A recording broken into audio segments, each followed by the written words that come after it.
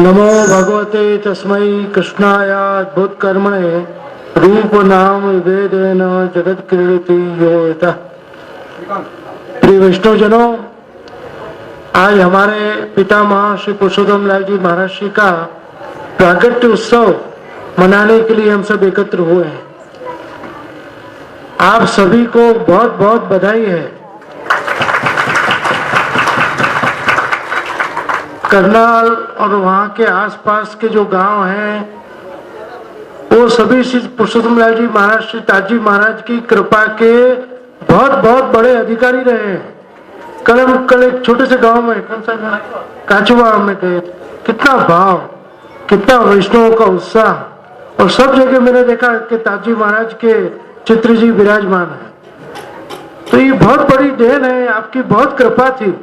इसे दूर सुदूर के प्रदेशों में आपको पधारना और वहाँ के जीवों को शरण में लेना, सत्संग के प्रति उजागर करना, इतने वर्षों से आप पधारे, पाकिस्तान में भी आप पधारे। दिलीप चंद जी भाटिया जी ने जो कहा बिल्कुल सही है। आप उस जमाने में पधारते थे, मुल्तान, डेरा इस्माइल खान, डेरा गाजी खान, तो वो जीव भी शरण में आए। और ताजी महाराज जी का जो सत्संग के प्रति रुझान था, और आपकी दृढ़ आज्ञा होती थी कि सत्संग करते हो कि नहीं। कोई भी वैष्णव आवे, आप पहले उनसे पूछते थे कि सत्संग का क्रम है कि नहीं, क्योंकि आप जानते थे कि इस कलयुग में सत्संग ही एक बड़ा साधन है। तो करीबन इसको 60 साल हो गए, 50।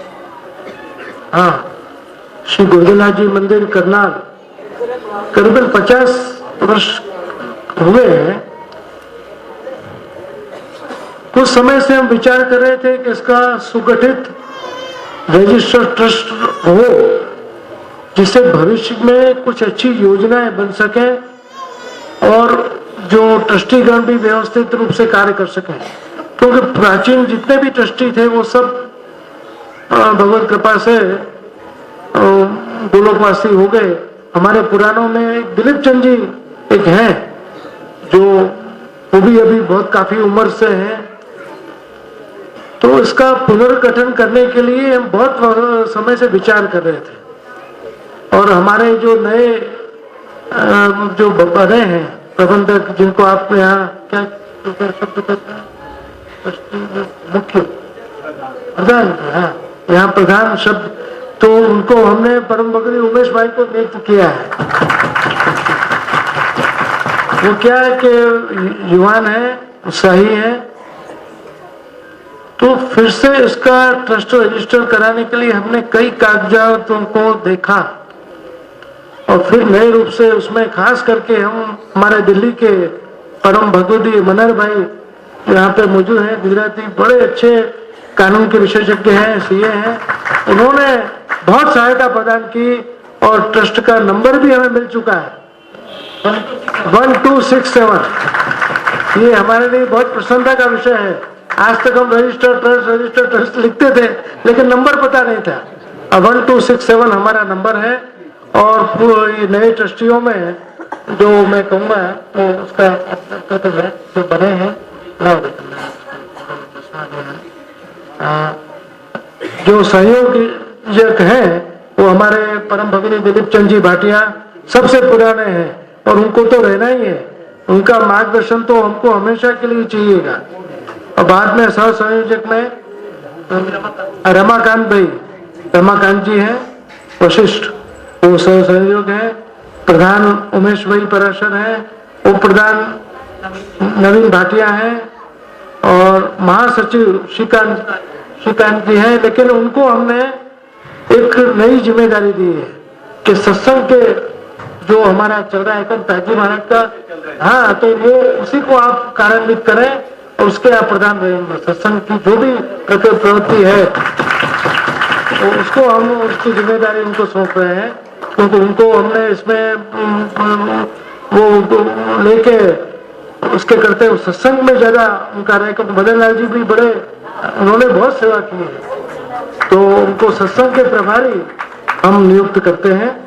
और फिर सचिव है संदीप पराशर, जो हमारे छोटेपन से तो देखा है हमारे राकेश बाबू के बहुत कृपा पात्र रहे हैं। मैं जब आज से 15-20 साल पहले आया था, वो सब बाल्यावस्था में थे ये लोग, तो इसका तो मुझे याद है संदीप भाई का। फिर कोषाध्यक्ष वो है वो रघुनाथ जी भाटिया,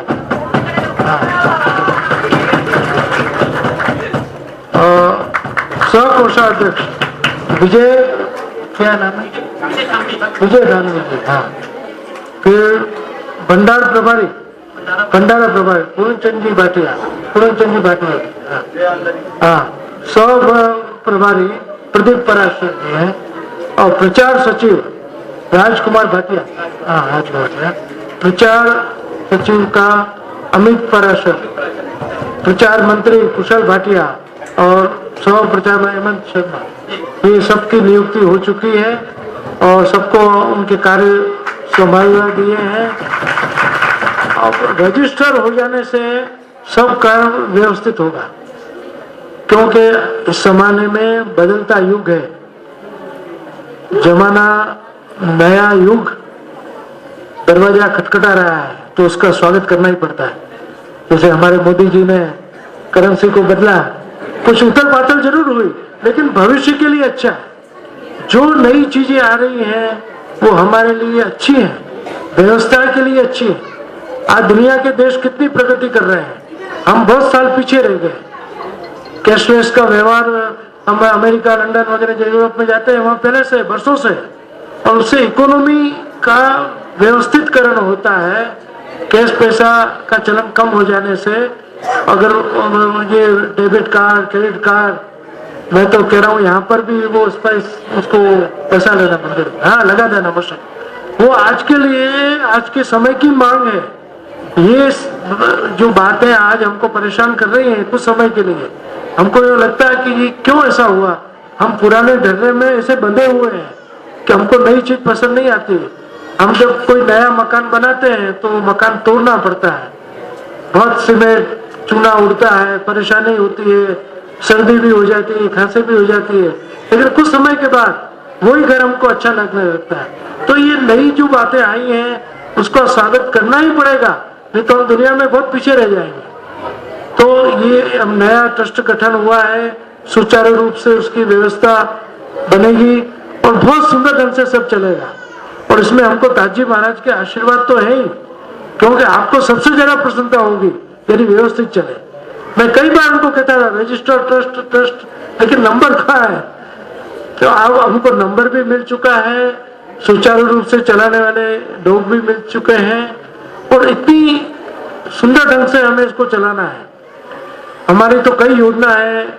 सबसे पहले तो आचार्य कक्ष का निर्माण यहाँ पे हो, कि हमारा परिवार जब आवे तो प्रसन्नता से यहाँ रह सके, 24 घंटे वैष्णव भी हमारा लाभ ले सके, और बालकों की भी इच्छा हो आने की, सब परिवार जनाना के बालकों के साथ आवे तो प्रसन्नता से रह सके।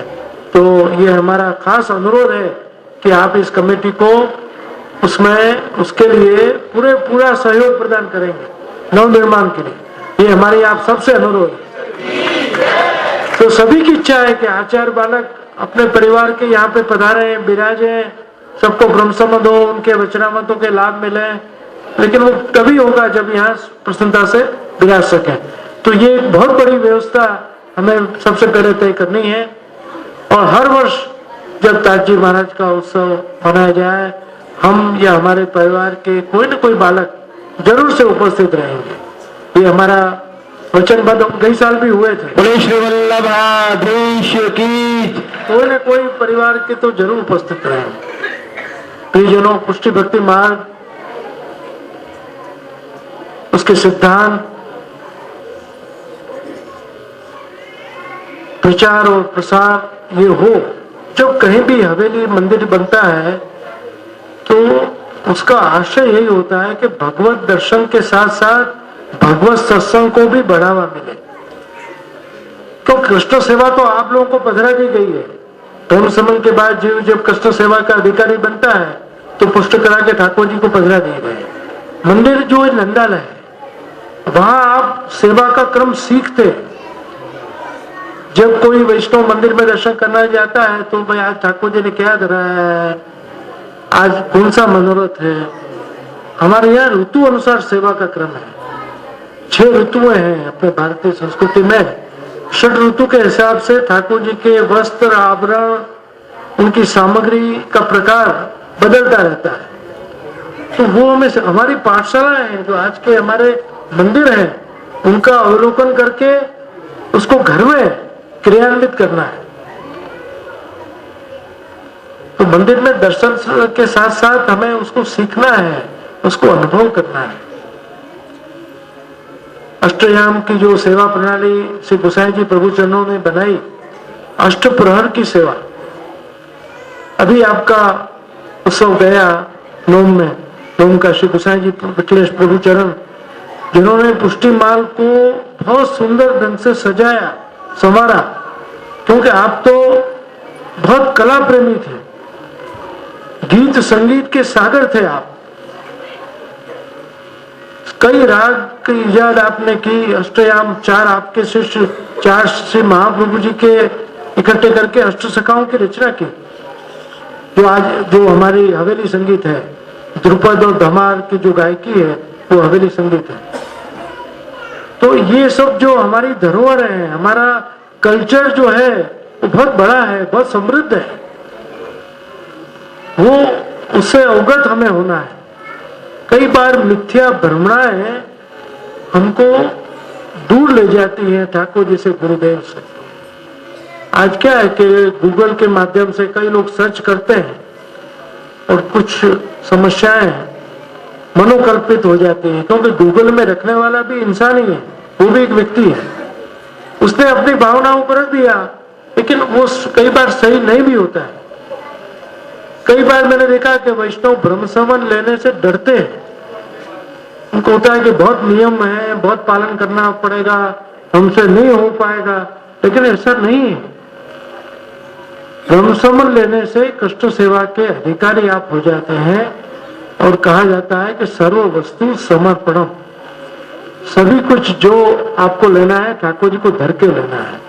यदि आप नहीं धर पाते हैं तो उसकी वैकल्पिक सेवा, मिश्री भोग धरो, सूखा मेवा धरो, लेकिन प्रसादी वस्तु को जो आपके घर में बनी है रसोई, उसमें पधरा दोगे तो सभी चीज प्रसादी हो जाएगी। और उसके बाद आपको यदि इच्छा हो कि नहीं मैं सकड़ी भोग धर सकते हैं, घर में रसोई तो बनती है, थोड़ा आचार विचार का, शुद्धता का, पवित्रता का ध्यान जरूर रखना चाहिए, लेकिन उससे भयभीत नहीं होना चाहिए। देखो, अगर सेवा में कोई दोष हो जाता है तो पाप नहीं लगता है। देखो, आप ये समझ लो, हमारे यहाँ कोई वैष्णव ठाकुर जी के क्रोध से कोई लूला लंगड़ा अंधा हुआ है, ऐसा आज एक भी उदाहरण नहीं है। एक भी वार्ता साहित्य में ऐसा प्रसंग आपको नहीं मिलेगा कि ठाकुर जी कोपायमान होके आपको व्यथित कर दिया, ऐसा कभी नहीं होगा। ठाकुर जी परम कृपाल है, पुष्टि पुरुषोत्तम, बहुत दयालु है, और बाल भाव की सेवा है। 7 वर्ष और 52 दिवस जब ब्रज में विराजे, उसी को श्री महाप्रभु जी ने सेवा में बहुत महत्व स्थान दिया है कि बाल भाव से आप विराजे हैं। तो सबसे बड़ा लाभ हमको क्या मिलता है कि बालक से पास कुछ मांगना नहीं होता है। देखो, अपन किसी के मेहमान बन के जाते हैं तो मिठाई, कुछ खिलौने लेके जाते हैं, बच्चों को कुछ देना होता है। तो हमारे जो बाल ठाकुर जी है बाल भाव में है, तो उनके लिए कुछ न कुछ लेके जाते हैं, उनसे मांगा नहीं जाता है, और बिना मांगे ही पुष्टि पुरुषोत्तम देते हैं। तो सबसे बड़ी बात तो ये है, मांगना यानी अविश्वास करना, वो सबसे बड़ा अनाश्रय है। यदि कोई जीव कहता है कि मुझे ये दो वो दो, यानी आपको विश्वास नहीं है। जब जीव समर्पित हो जाता है ब्रह्म संबंध के माध्यम से, तो उसकी सभी जवाबदारी प्रभु पे आ जाती है, जीव मुक्त हो जाता है और प्रभु बन जाते हैं। उसके लिए हमारे आचार्यों ने एक बहुत बड़ा मर्यादा और पुष्टि का भेद, एक उदाहरण हमारे आता है कि आपने देखा होगा बंदरों को, बंदर का जो बालक है ना उसको पकड़ के रखता है, बंदरिया कूदती है तो बालक डरता है कि मेरी पकड़ कहीं छूट नहीं जाए, उसको जोर से पकड़ के रखता है। और बिल्ली का बच्चा जो है, देखो आप बिल्ली को देखना, वो अपने बच्चे को मुंह में रखती है, तो कितनी बड़ी बात है। यही मर्यादा और पुष्टि का फर्क है कि वो बंदर का बालक उसको पकड़ कर रखेगा कि मेरी पकड़ छूट नहीं जाए, बंदरिया निश्चिंत है। ऐसे मर्यादा में ठाकुर जी निश्चिंत है, भक्त पकड़ रखता है भगवान को। या पुष्टि में भगवान के मुख में जीव है, उसका अहित नहीं होने देंगे। भगवान के सानिध्य में, उसकी गोद में, जैसे बिल्ली का बच्चा माँ के मुख में सुरक्षित है, वो उसको नहीं पड़ने देगी। ऐसे ठाकुर जी भी कभी जीव को कोई लौकिक अलौकिक कोई प्रकार के कष्ट नहीं देंगे, ये पूर्ण विश्वास आप रखो। श्री वल्लभ की जो आज्ञा है, अविश्वासो न कर्तव्य, कभी अविश्वास नहीं करना चाहिए। फल में विलंब जरूर होता है, लेकिन होता जरूर है, फल जरूर मिलेगा। हम लोग धैर्य खो देते हैं, हमको तुरंत चाहिए। आज का जमाना फास्ट युग है ना, सब चीज जल्दी, लेकिन ऐसा नहीं होता है। इसमें धैर्य रखना पड़ता है, प्रभु में विश्वास रखना होता है, विवेक, धैर्य और आश्रय। श्री महाप्रभु जी ने षोडश ग्रंथ के माध्यम से अपने विचारों की अभिव्यक्ति की। एक एक ग्रंथ, श्री यमुनाष्टकम से लेके सेवा फल तक इतने सुंदर विचार आपके हैं। उसमें देखो एक ग्रंथ है विवेक, धैर्य, आश्रय। उसमें श्री वल्लभ कहते हैं विवेक धैर्य सततम रक्षणीय तथाश्रय। विवेक, धैर्य और आश्रय का पालन यावत जीवन करना है, सतत करना है। विवेक क्या है? पुष्टि मार्गी विवेक क्या? आप देखो विवेक के 9 प्रकार हैं। सबसे बड़ा विवेक कि निज इच्छा तक करिष्यति, प्रभु कभी हमारे अहित नहीं करेंगे, और प्रभु जो कुछ कर रहे हैं अपनी इच्छा से कर रहे हैं, वो हमारे लिए अच्छा ही कर रहे हैं। निज इच्छा तक करिष्यति, प्रभु जो कुछ कर रहे हैं अपनी इच्छा से, उसमें हमें कभी भी शंका कुशंका नहीं करनी चाहिए। 9 प्रकार के विवेक बताए हैं, वो तो कभी चर्चा होगी तब उसमें चर्चा हो, इस समय उसका समय नहीं है। किंतु सबसे बड़ा विवेक हमें रखना है कि प्रभु जो कर रहे हैं वो अपने लिए भलाई कर रहे हैं। देखो हमारे वार्ता साहित्य में ऐसे अनेक प्रसंग हैं, कितना कष्ट पड़ा, दुख हुआ, तो भी यही वाणी बोलते थे कि प्रभु करे सो भली करे। उनके मुख से यही बात निकलती कि प्रभु जो है कभी किसी का हित नहीं करते हैं परिजनों। हमें धैर्य जो है ना, वो हमारी कसौटी है। जैसे बालक पूरे साल अभ्यास करता है, पढ़ता है, फिर उसकी परीक्षा का टाइम आता है, वो उसकी धैर्य की परीक्षा है। यावत जीवन, कई लोग कहते हैं कि जैसे सेवा का कोई ऐसा नियम कि कितने वर्ष करना है, ऐसा नहीं। यावत जीवन, जब तक जीवन है। हम तो यहाँ तक कहते हैं वैष्णवों को कि ऐसे भाग्यशाली जीव मैंने देखे हैं कि 90-95 के साल में भी सेवा कर रहे हैं। गत वर्ष हमारे बड़े लाल जी चेरी यजनाथ बाबा ने क्रूज को उठाया था। पूरे यूरोप में हम क्रूज में 1500 वैष्णव हमारे साथ में थे। उसमें 96 ईयर ओल्ड एक बहन थे और वो मर्यादी थे, वो सेवा को साथ में पधरा के आए थे। हमारे दिल्ली के कई वैष्णव उसके साक्षी हैं कि उन्होंने देखा कि वो कृष्ण सेवा के लिए वहां भी लालायत थी। और कितने वैष्णव जो ठाकुर जी पधरा के आए थे हमारे साथ, उनकी हमने प्रसाद की व्यवस्था भी रखी थी कि पहले ठाकुर जी को भोग धरे और फिर प्रसादी ग्रहण करें। जो नहीं आ पाए उनको बड़ा दुख हुआ, जो जिन्होंने देखो उसको YouTube में भी रखा हुआ है, गोकुल से गीता तक, उसमें जहाँ प्रवचन हुआ था कि गोकुल क्या है। गोकुल है वो मन है, और गीता का जो उपदेश है ना वो बुद्धि का काम है। मन जो है वो हमेशा बेचैन होता है, मन का काम है व्यतीत होना, और मन की गति बड़ी तेज होती है। कई बार ऐसा होता है कि हम जहाँ बैठे हैं वहां नहीं है, हमारा मन अनेक जगह जाएगा, उसको पासपोर्ट वीजा की भी जरूरत नहीं पड़ेगी, वो पूरी दुनिया की सैर कर आएगा। हम देह से वहां हैं लेकिन मन से नहीं है। लेकिन मन से यदि वहां रहे तो बहुत बड़ा काम हो जाएगा। तो आज दिमाग के डॉक्टर बहुत हो गए, क्योंकि मानसिक अवस्था लोगों की बहुत अस्वस्थ होती जा रही है। तो मेडिटेशन, माइंड पावर, मोटिवेशन करने वाले बहुत हैं और कई लोग मुझे पहचानते हैं, उनसे मेरी बड़ी चर्चा होती है। तो वो कहते हैं कि जैसे 90% हम मन की बात मानते हैं और कल्पना में जीते हैं, 10% ही हम सच्ची बात को स्वीकार कर सकते हैं। और लेकिन जो तुम सोचते हो, आज जितने भी दुनिया के महान पुरुष, वैज्ञानिक, उद्योगपति, धर्म पुरुष जो हुए, उन्होंने अपना एक ध्येय बनाया और उस ध्येय पे वो चले। आज जैसे हर एक वैष्णव के लिए हमारे 84,252 वो एक आदर्श वैष्णव है, क्योंकि वो भी गृहस्थ में रहते थे, व्यवसाय भी करते थे, लेकिन वो लौकिक में आसक्त नहीं हुए। तो मैं तो ये मानता हूँ कि कोई वैष्णव दामोदर दास जी को अपना ध्येय बनावे, आदर्श बनावे, कोई कृष्णदास को बनावे, कोई किसी वैष्णव को अपना आदर्श बना के चले, तो देखो आप उसी जगह पे पहुंच पाओगे। हमें आदर्श वैष्णव बनना है। श्री महाप्रभु जी की यही कामना थी कि हमारे वैष्णव आदर्श वैष्णव बने।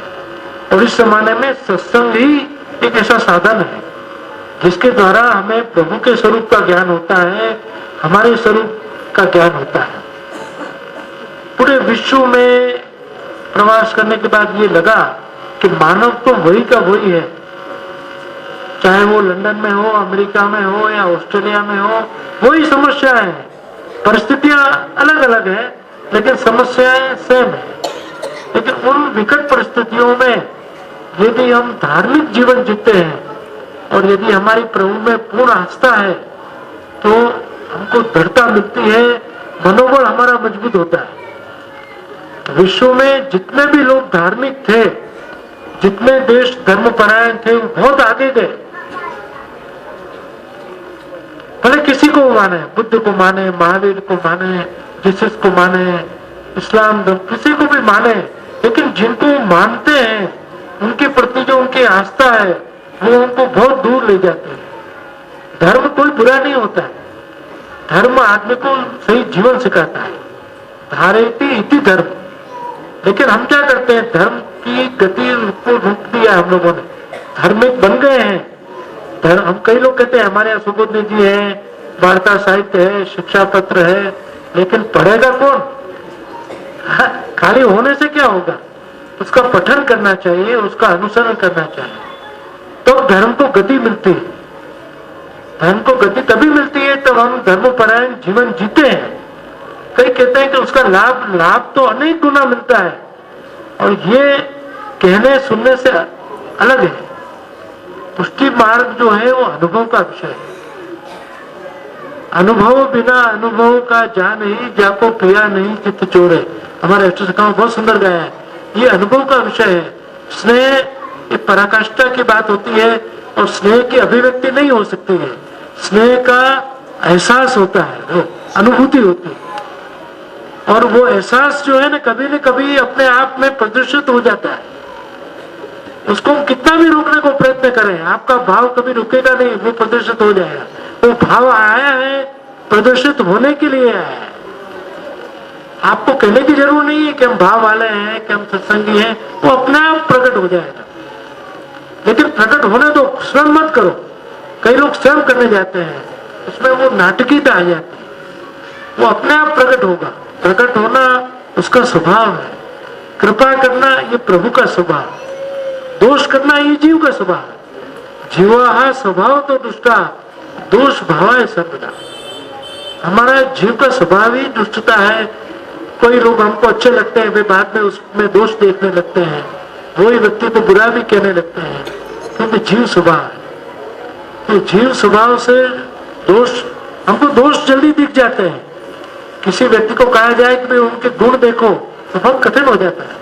हमने एक बार ऐसी प्रतियोगिता रखी थी कि एक वैष्णव किसी के दोष देखे और एक किसी के गुण देखे, तो दोष देखने वाले बहुत आगे, गुण देखने वाले नहीं मिले। कि जैसे हमको गुण दिखता ही नहीं है, क्योंकि गुण होगा तो गुण दिखेगा। दुर्योधन को कोई व्यक्ति अच्छा नजर नहीं आया और युधिष्ठिर को कोई खराब नजर नहीं आया, क्योंकि दृष्टि ऐसी सृष्टि, जैसी तो हमारी दृष्टि होगी ऐसे ही सृष्टि का निर्माण भी हो जाएगा। कई लोग सबको बुरा मानते हैं, जैसे बहुत समय खराब है, परिस्थिति खराब है, सब चीज खराब है। ऐसा नहीं है। आज से 50 साल पहले भी ऐसी परिस्थितियां आई थी। आप इतिहास को दोहराओगे तो 100 साल पहले भी आई थी। श्री गोकुलनाथ जी के समय में तो तिलक और माला को धरना भी मुश्किल हो गया था।